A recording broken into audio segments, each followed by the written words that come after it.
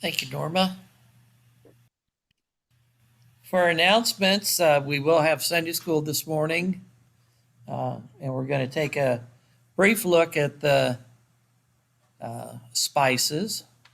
But then on Wednesday evening, we're having another one of our friendly conversations uh, about the spices more in depth, and that's at 7 o'clock Eastern time. I'll send out a reminder later in the week, Monday or Tuesday, with the links and everything, but hope folks can join us for that.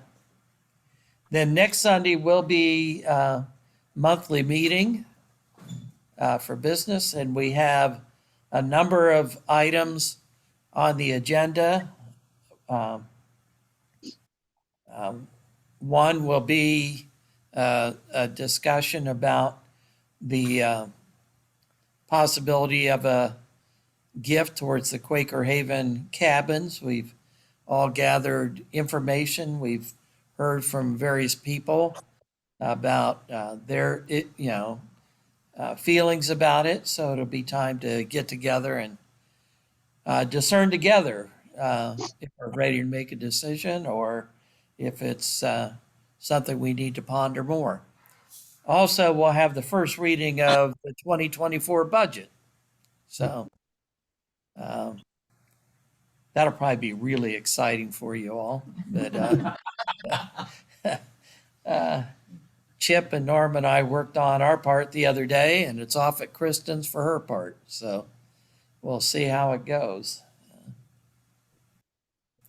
I can't think of any other announcements. Does anybody else have an The announcement? women's group is meeting Wednesday at Okay. 10 o'clock at Valley Mills. So hopefully Sue can be there. Betty, you're welcome to join us if you'd like to. 10 o'clock at Valley Mills. Okay.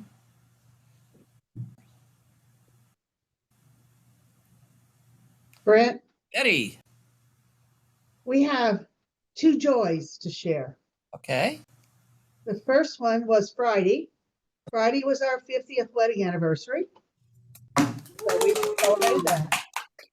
And then at 6:30 Saturday morning, Aaron calls us from Seattle and says, Penny Lee was born. Oh, So yay. we had two joys. Wonderful.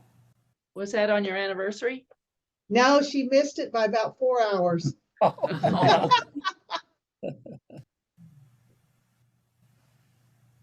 Well, other joys or concerns to share?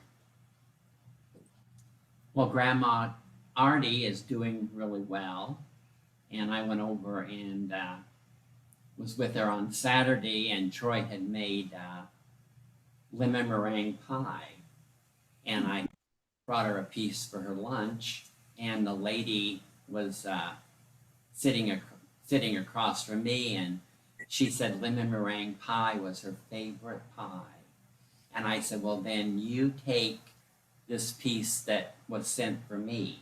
And she goes, oh no, just a half of it. So I gave her half of it, and she ate it. And I mean, I thought she was going to lick the plate.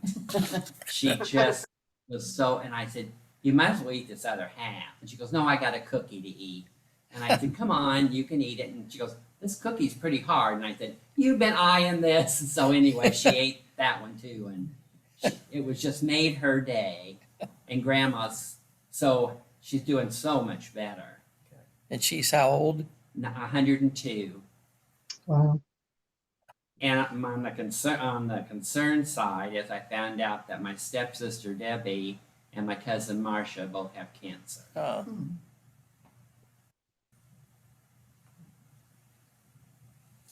Well, we need to keep the Bob Havens family and Bob and Susie and Katie and Carrie. Bob had a heart attack last week and never regained consciousness. And the MRI showed that there was no brain activity after a few days.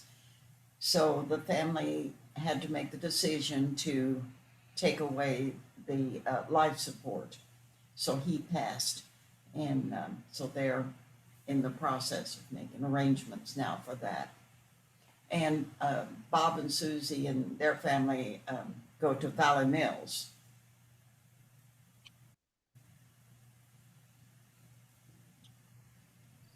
And Susie's a cousin of Chip's and Nancy's. Yes. You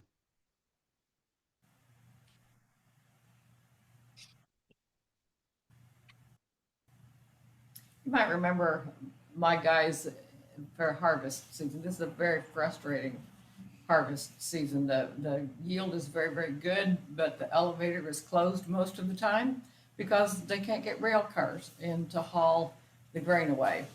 So the grain bins at our farm are full, the grain bins at the Luger farm are full. They have a couple more that they might be able to use. They determined yesterday they were still in good enough shape that they can use them. But the elevator's only open about 4 hours a day, and today it's not open at all. And so they had this stretch of beautiful weather when they could be harvesting, and they can't. So they're getting frustrated, and that's when bad things can happen. So just keep them all in your thoughts and prayers, if you would, please.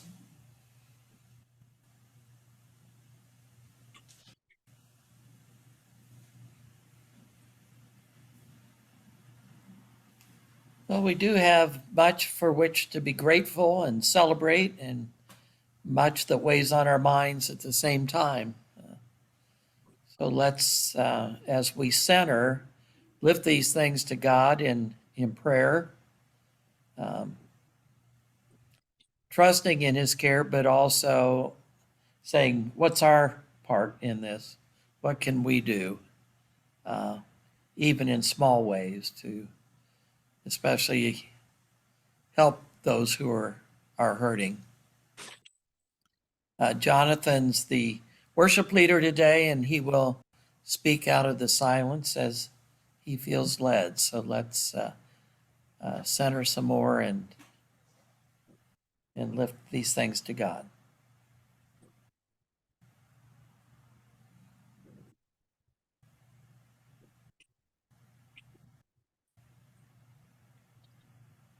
That was it.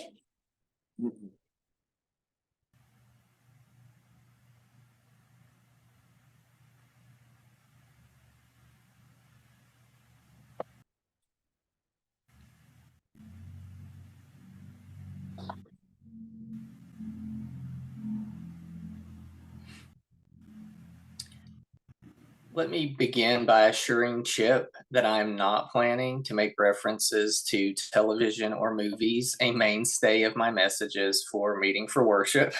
He definitely does that far better than I can.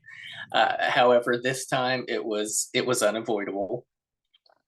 I should also state that I will do my best to keep spoilers at a minimum for the benefit of those who haven't had the opportunity to watch the show that I will be referencing. What follows consists of my own thoughts brought about by watching this show and the ways in which its themes connected with aspects of Quakerism as I have experienced them.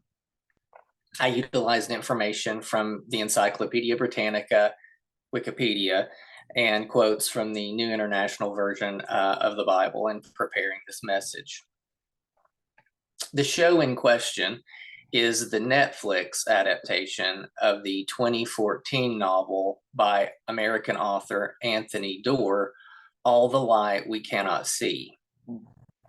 The story is set primarily in Saint-Malo, France, at the time of the 1944 Allied invasion toward the end of World War II. There are also flashbacks to earlier in the war, which occur in both Germany and Paris. The two primary characters are a young blind French woman named Marie Leblanc and a young German soldier named Werner Pfennig. As the plot unfolds, we learn that both Marie and Werner listened to the same French radio broadcast as small children. She while living with her father in Paris, and he while living in an orphanage in Germany. For Werner to listen to a French radio broadcast during the reign of Hitler and his National Socialist Party was a crime. The broadcast featured a professor whose aim was to teach children truth, facts about science, and the human condition. We witness a young Marie listening to a broadcast in which the professor discusses how our brains, although they are in darkness within our skulls, are the source of our experience of light. He states that the most important light is the light we cannot see. This is the light within our minds. Later, we learn that the professor also taught that light exists forever, but darkness exists not for 1 second when you turn on the light. Both Marie and Werner are significantly impacted by the professor's broadcasts and remember them fondly throughout their lives. My brief research into the novel, All the Light We Cannot See, revealed that it deals with themes of choice versus fate, as well as anti-war themes. Among these is the idea that the unrestrained pursuit of human desire can lead to war, violence, and misery. There are also themes of the darkness of war versus the light of hope and peace. I read that the author treats all violence in war as being equivalent, regardless of who is committing it. Evidently, the critics felt that the novel was a better telling of the story than the Netflix adaptation. I will withhold my opinion until and if I read the novel. Having said that, I do feel that the show deals well with the above, being rich with metaphor and opportunities to reflect on the experience of the various characters within the thematic structures presented. The idea of the light we cannot see stayed in my mind after I watched the first episode of the show with my partner. While the professor seems to be discussing the light of the human mind, this can be understood in a broader way, in my opinion, within the context of the show, but also in connection with the Quaker understanding of the inward light. The concept of the inward light is derived in large part from the first chapter of the Gospel according to John. Most of us are accustomed to the language taken from John chapter 1, verse 1. In the beginning was the Word, and the Word was with God, and the Word was God. Sarah Rudin's translation of the Gospels renders the Word as the true account. And she makes the case that this is more in keeping with the sense of the Greek word logos. The concept of the logos didn't originate with Christianity. It derives from Greek pagan thought and is estimated to date back to the 6th century philosophy of Heraclitus. The Stoics also later embraced the concept. Similar ideas were to be found in Indian, Persian, and Egyptian philosophical and religious systems as well. So this is neither a new idea nor an exclusively Christian one. At its core, the Logos idea, when imported into Christian thought, presents the person, Jesus of Nazareth, as the incarnation of the Logos. This Logos is the eternal mind of God, the organizing principle that brought creation into existence. This is referenced by John when he says in chapter 1, verses 2 through 5, "He was with God in the beginning. Through him all things were made. Without him nothing was made that has been made. In him was life, and that life was the light of all mankind. The light shines in the darkness, and the darkness has not overcome it." And later in verse 9, the true light that gives light to everyone was coming into the world. Here we have the idea central to Quakerism that this light, this logos, principle of the divine, is present within all people.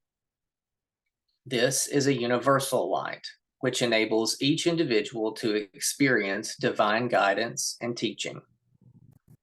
As such, the light can be known by all, regardless of race, religion, cultural, or ethnic background. While the life and ministry of Jesus of Nazareth has always been viewed by Friends as the fullest revelation to humankind of the light, or Logos, Friends have also maintained from the beginning that all people who turn inwardly can be guided by the light, whether they are familiar with the life of Jesus or not. Quakerism both localizes the light in the revelation that was the life of Jesus, and simultaneously universalizes that light by recognizing its presence in all people, as being the very essence of that which brought into being all that is. As such, truth can be revealed and encountered within all religions, all cultures, all languages, spoken from the mouths of any and all as the divine sees fit. My mind connected with this idea strongly after considering how the professor's words about the most important light, the light of our minds, made a lifelong impact on both Marie and Werner. It gave them hope in war and enabled them to retain their humanity under horrific circumstances. They carried this message, this revelation, within them, despite the ravages of war and the inhumanity brought into the world by fascism. This truth crossed cultures, political divides, battlefields, and connected two people who had never met. This was akin to the professor's inward teacher teaching outwardly, traveling across the airwaves to connect with the divine seed within Marie and Werner. And it was life-changing for both of them. The encounter of their minds with the divine truth of the mind of God, the Logos. If such a powerful depiction of the light can be conveyed through the vehicle of fictional characters, how much more so could the impact of the light be conveyed through real lives lived within and through it? Friends have long known experientially the truth of the statement that the most important light is the light we cannot see.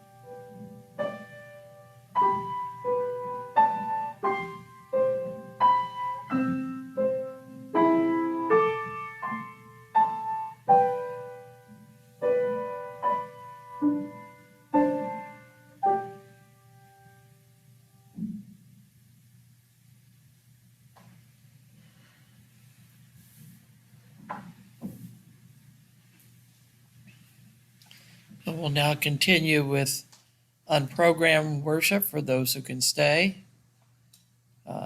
We hope that if you can't, you can come back for Sunday school, or if not, we'll see you next week, hopefully.